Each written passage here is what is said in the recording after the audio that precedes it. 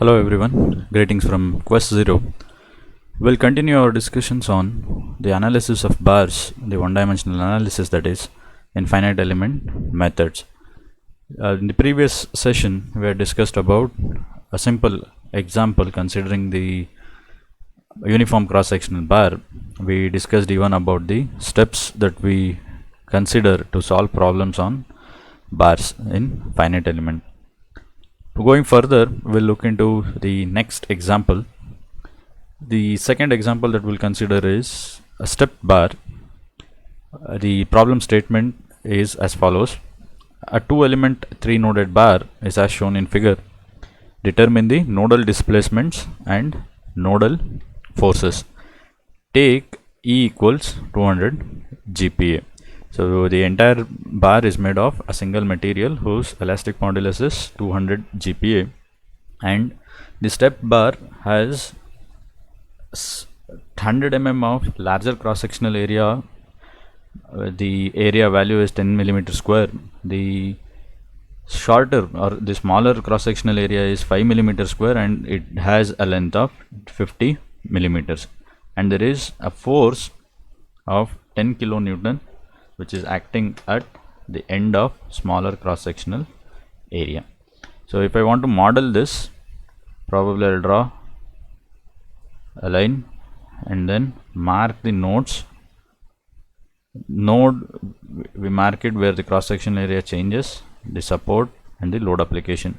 So if this is 1, 2 and 3, this will be the force F3.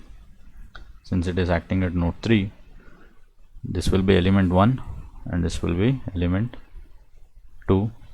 Displacement at node 2, displacement at node 3 and displacement at node 1. So Q1, Q2 and Q3. So this is the first step in the solution. So this is how a finite element model will look like, where L1 we have marked 100 mm, L2 we have marked as 50 mm, F3 which acts at node 3. Remember, we'll consider the usual x direction, that is direction moving towards right as the positive x direction. So hence force is also taken as positive here. We'll next formulate the element stiffness matrices. We know the formula. K will be equal to AE by L. So A1 E1 by L1 for K1, 1 minus 1 minus 1 and 1. So A1 is the cross-sectional area of element 1, which is equal to 10 millimeter square, which I wrote down as 10. E1 is equal to 200 GPa, which could be written as 2 into 10 to the power of 5. L1 is 100 mm, if I'm not wrong. So it is not 1000, it is 100 mm. So 100 mm, 1 into minus 1 minus 1 into 1. So which is equal to 10 to the power of 5.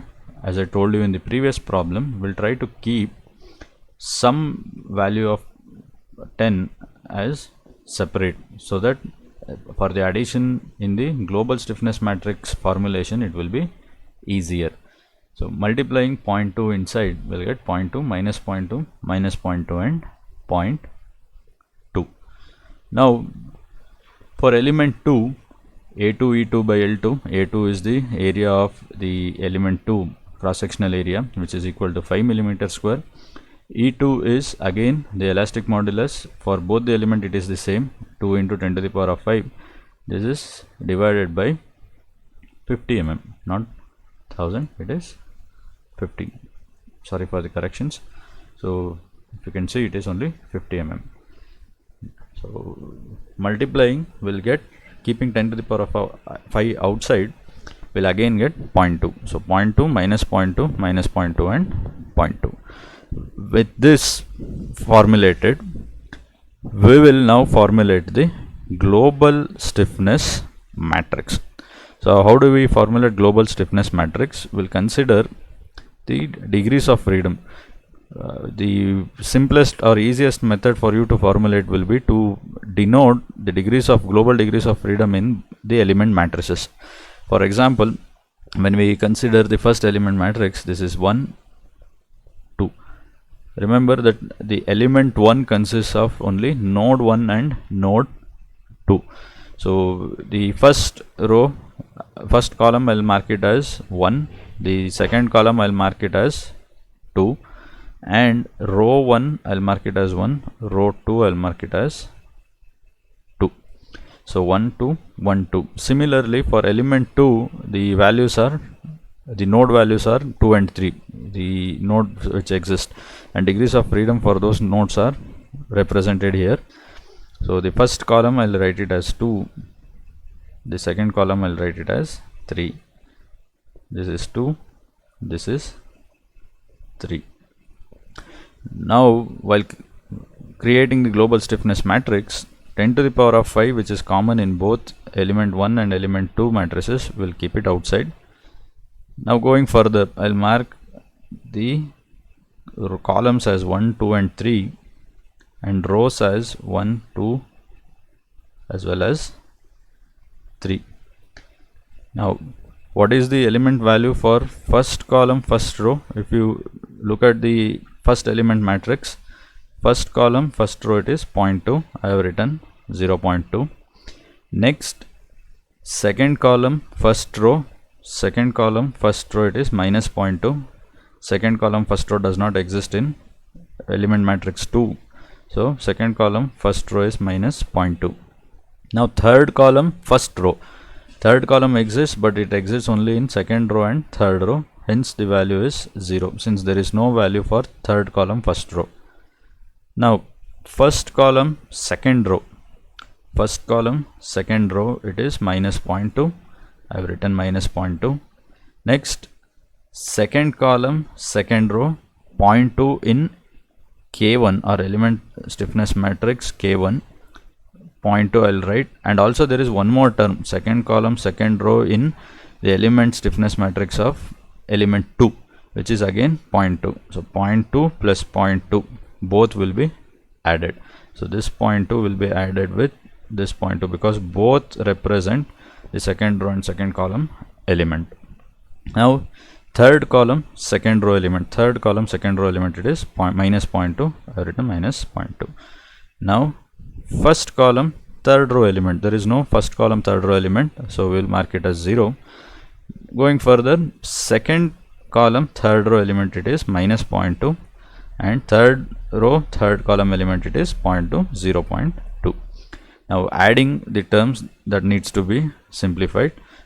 10 to the power of 5, 0.2 minus 0.2, 0, minus 0.2, this term will be added, 0.2 plus 0.2 will be added to provide 0.4, and the rest of the terms will remain as it is. So this is how we formulate the global stiffness matrix. Even if it is a three element and 4 nodes, we will also do it in the same way. Okay, now hope you are all clear with how to create the global stiffness matrix. We'll move further to the global displacement vector. Since there are 3 nodes, we will represent the 3 displacements Q1, Q2 and Q3 corresponding to node 1, 2 and 3. And global load force vector or load vector F1, F2 and F3, wherein there is no value of F1 and F2 given, so we will omit F1, F2, or we'll consider the values to be 0. F3 is 10 kilonewtons, which is represented as 10 into 10 to the power of 3 Newton. Now the equilibrium condition is given by K into Q equals F. So I'll write the matrix of K, the vector of Q and also the vector of F. Now with this equation we will apply the boundary condition. So what is the boundary condition? The left end was fixed, so node 1 is now fixed and displacement at node 1 is 0. So displacement at node 1 being 0, Q1 equals 0, we'll use the elimination method. So what does the elimination method say? We'll eliminate the corresponding row as well as the corresponding column in the global the equilibrium condition, considering the boundary conditions. So Q1 is 0, Q1 lies on the first row of the equilibrium equation, so first row will omit and also will eliminate the first column in the matrix. So what remains now? 10 to the power of 5, 0.4 minus 0.2 minus 0.2, 0.2, q2, q3, 0, 10 into 10 power 3. So we'll simplify this and obtain the values of q2 and q3. So what is the value of q2? After simplification, you'll get it as 0.5 mm and q3 will get it as 1 mm. So how do we get this? Again, the simplification using matrix multiplication. You'll get two equations. One is 0.4 into 10 power 5 q2 minus 0.2 into 10 power 5 q3 equals 0. This is one equation. The other equation is minus 0.2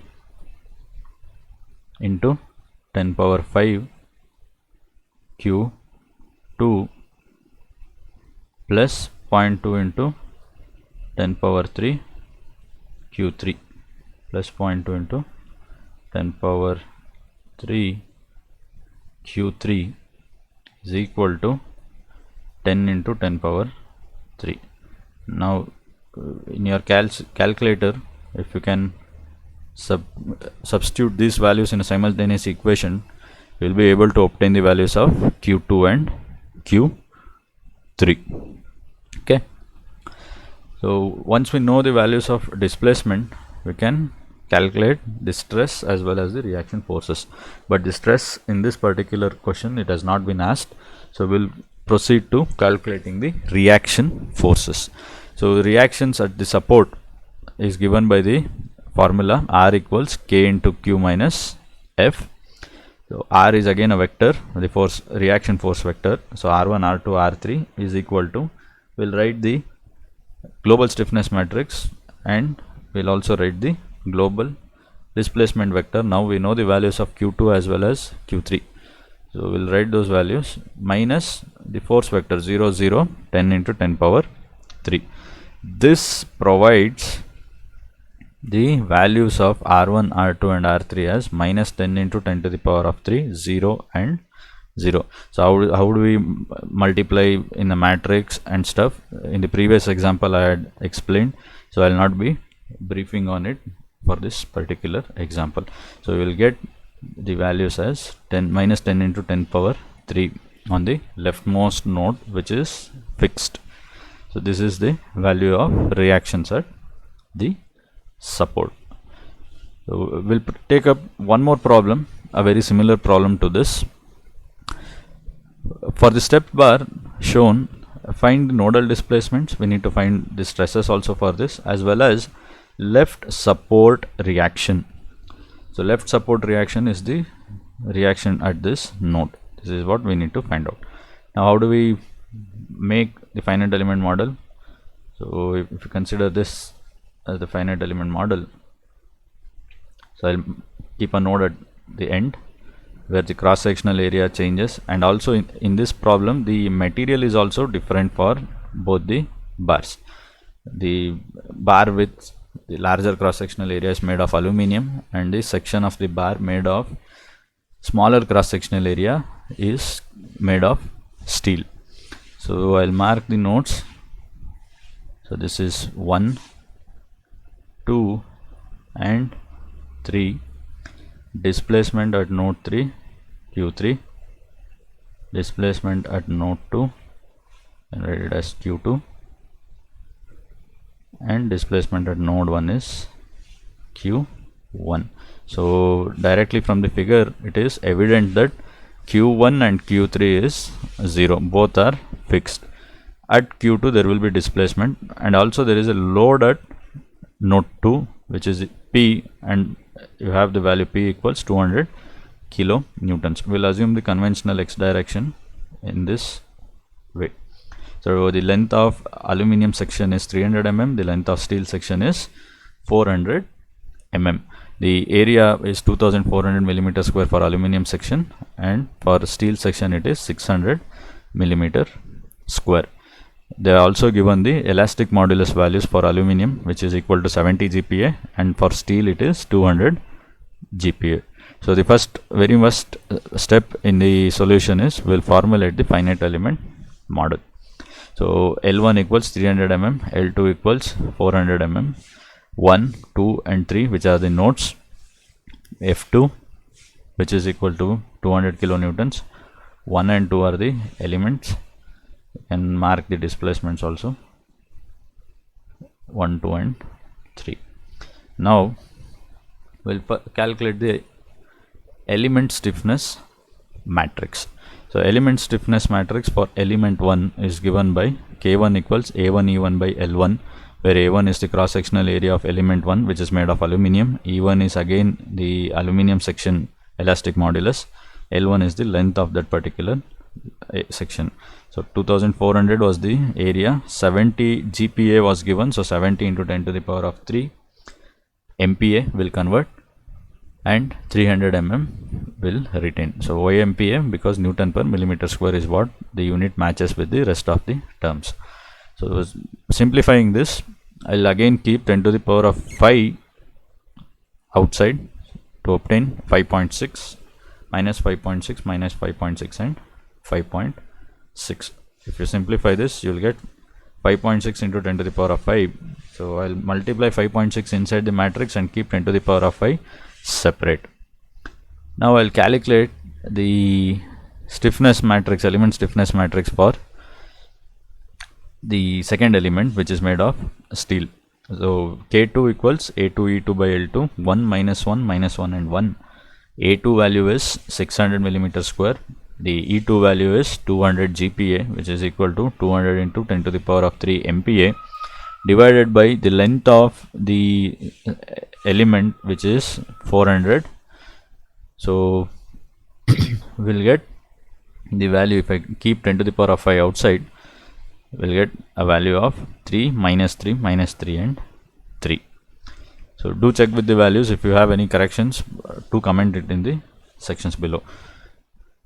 The global stiffness matrix, again as explained in the previous problem, if I mark 1, 2 and 3 as well as 1, 2 and 3, for the second element if I mark it as 2, 3, 2 and 3, I can formulate the global stiffness matrix. So this is the global stiffness matrix that I will obtain: 5.6 minus 5.6 0, minus 5.6 8.6, minus 3 0, minus 3 and 3. Once we have the global stiffness matrix, I can proceed with the global displacement vector, marking the displacements for 1, 2 and 3 node, Q1, Q2 and Q3, and also the global load vector. Now observe that the force is acting at node 2, not node 3 or 1, and hence we'll mark F1 as 0, F2 as 200 into 10 to the power of 3, F3 as 0. We'll formulate the equilibrium condition, which is given by K into Q equals F. So 10 to the power of 5, 5.6 minus 5.6 0, minus 5.6 8.6, minus 3 0, minus 3 and 3, which is the global stiffness matrix. Q1, Q2, Q3 is equal to the global load vector or force vector 0, 200 into 10 to the power of 3 and 0. Applying the boundary condition, the boundary condition is such that both node 1 and node 3 are fixed, both left hand and right end are subjected to supports. Hence Q1 and Q3 is 0. So this is Q3 is 0, and using elimination method of handling the boundary condition. So Q1 is 0, Q1 lies on the first row in the equilibrium equation, so first row and first column will be eliminated. Similarly Q3, which lies on the third row, third column will be eliminated. So what do I obtain now? I will obtain 8.6 into 10 to the power of 5 into Q2, this has been eliminated, is equal to 200 into 10 to the power of 3. So what is the value of Q2 from this that I obtained? 0.233 is the value that I obtained.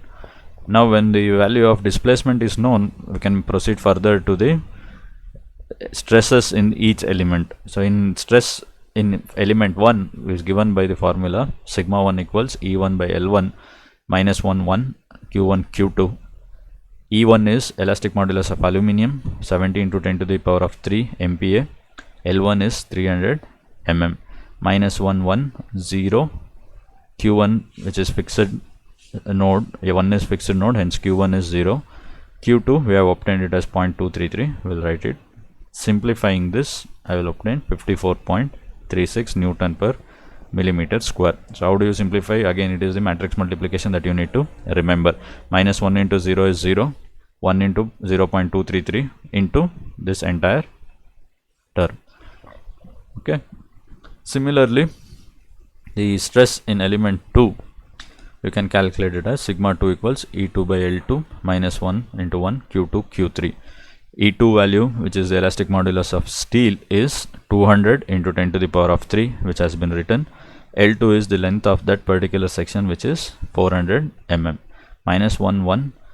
This Q2 value, which is displacement at node 2, is what we have just calculated, 0.233. Q3 is the displacement at node 3, which is 0. We will obtain sigma value as minus 116.5. So the stress in element 2 is compressive in nature because of the negative sign, and the stress in element 1 is tensile in nature, which is in the same sense as the load that we have taken.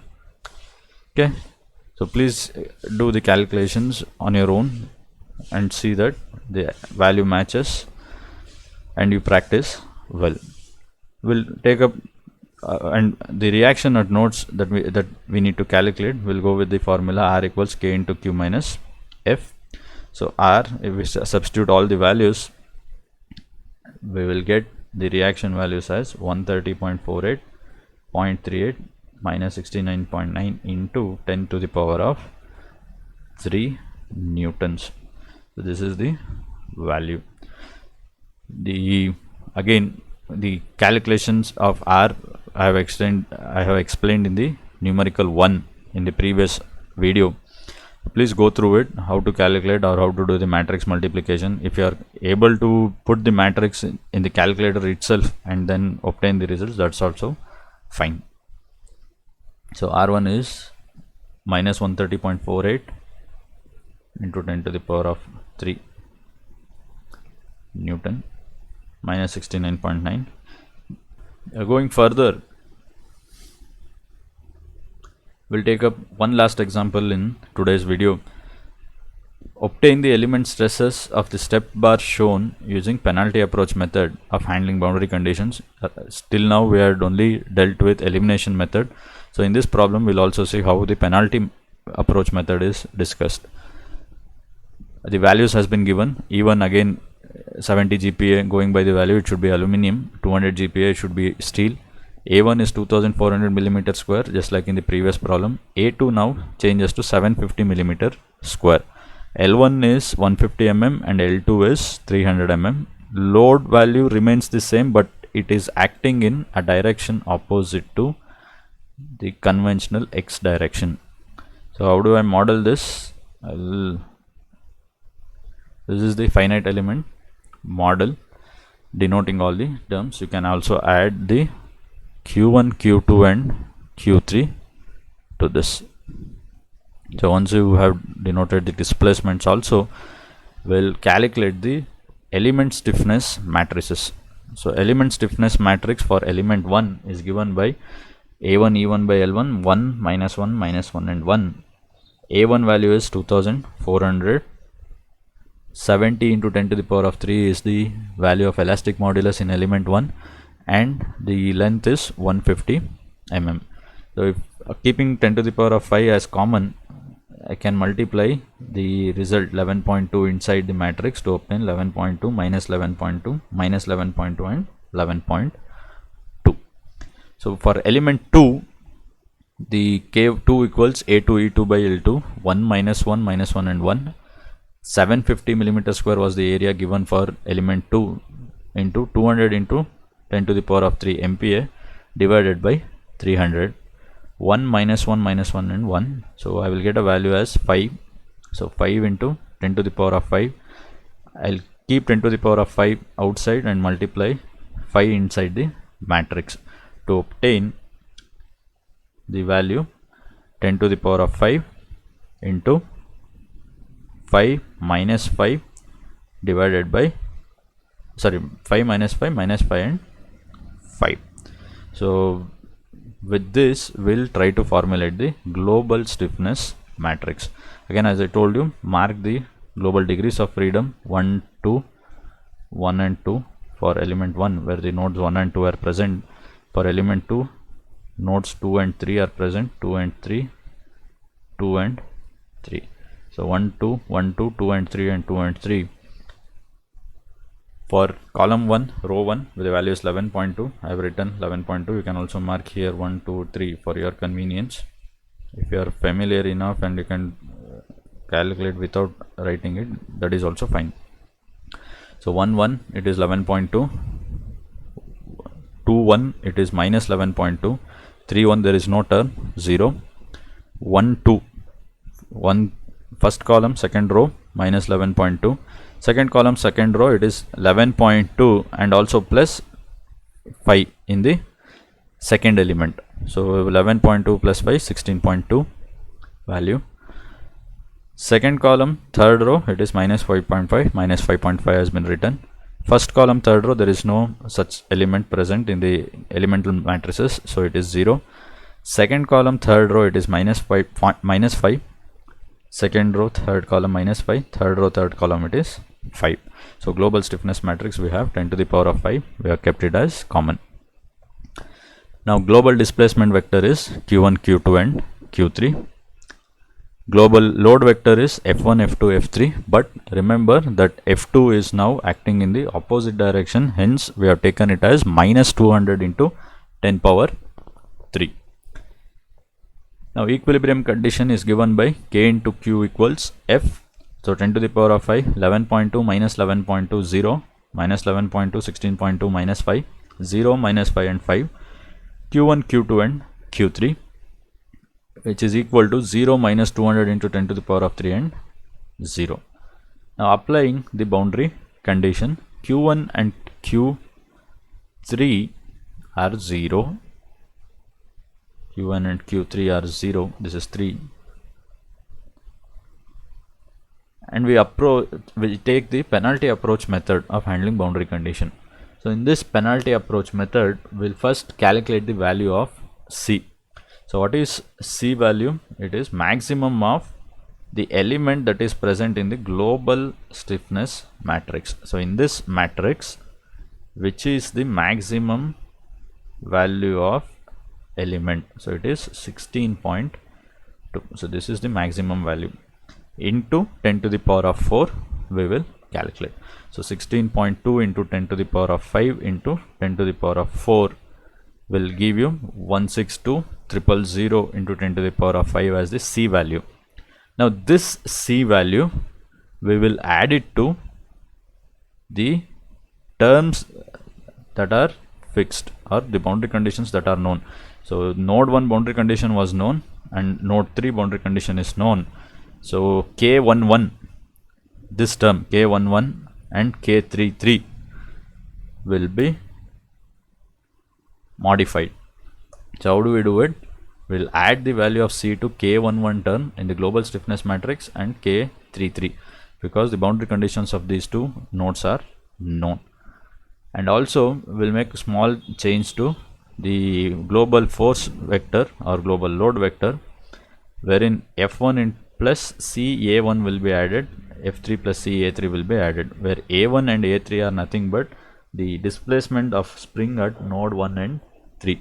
So it is nothing but displacement at node 1 and 3. So displacement at node 1 is Q1, A1 becomes again 0, Q3 is A3, again it becomes 0. So this entire term will again be F1 and F3 itself. So the global force vector will not have any changes. Suppose that displacement was not 0, then the value would have been changed. We'll take such problems in the future. Now with the modified global stiffness vector as well as the global force vector, we will again recreate the equilibrium equation and then we will solve. So solving this matrix will give you the values of Q1, Q2 and Q3. Q1 value that you obtain is minus 8.535 into 10 to the power of minus 6. Q2 value is minus 0.1235. Q1 value is almost 0. Since we have obtained a value, we will keep it as it is, minus 3.8105 into 10 to the power of minus 6. Again, Q3 value is almost 0. With the displacements that we have obtained now, we can calculate the stresses in both the element. So sigma 1, which is the stress in element 1, is given by E1 by L1, 1 minus 1, Q1, Q2, 70 into 10 to the power of 3, 300, minus 1 and 1, multiplied by the Q1 term, minus 8.535 into 10 power minus 6, and Q2 term minus 0.1235, will yield a stress of 28.81. The negative sign indicates that it is the compressive stress in the element.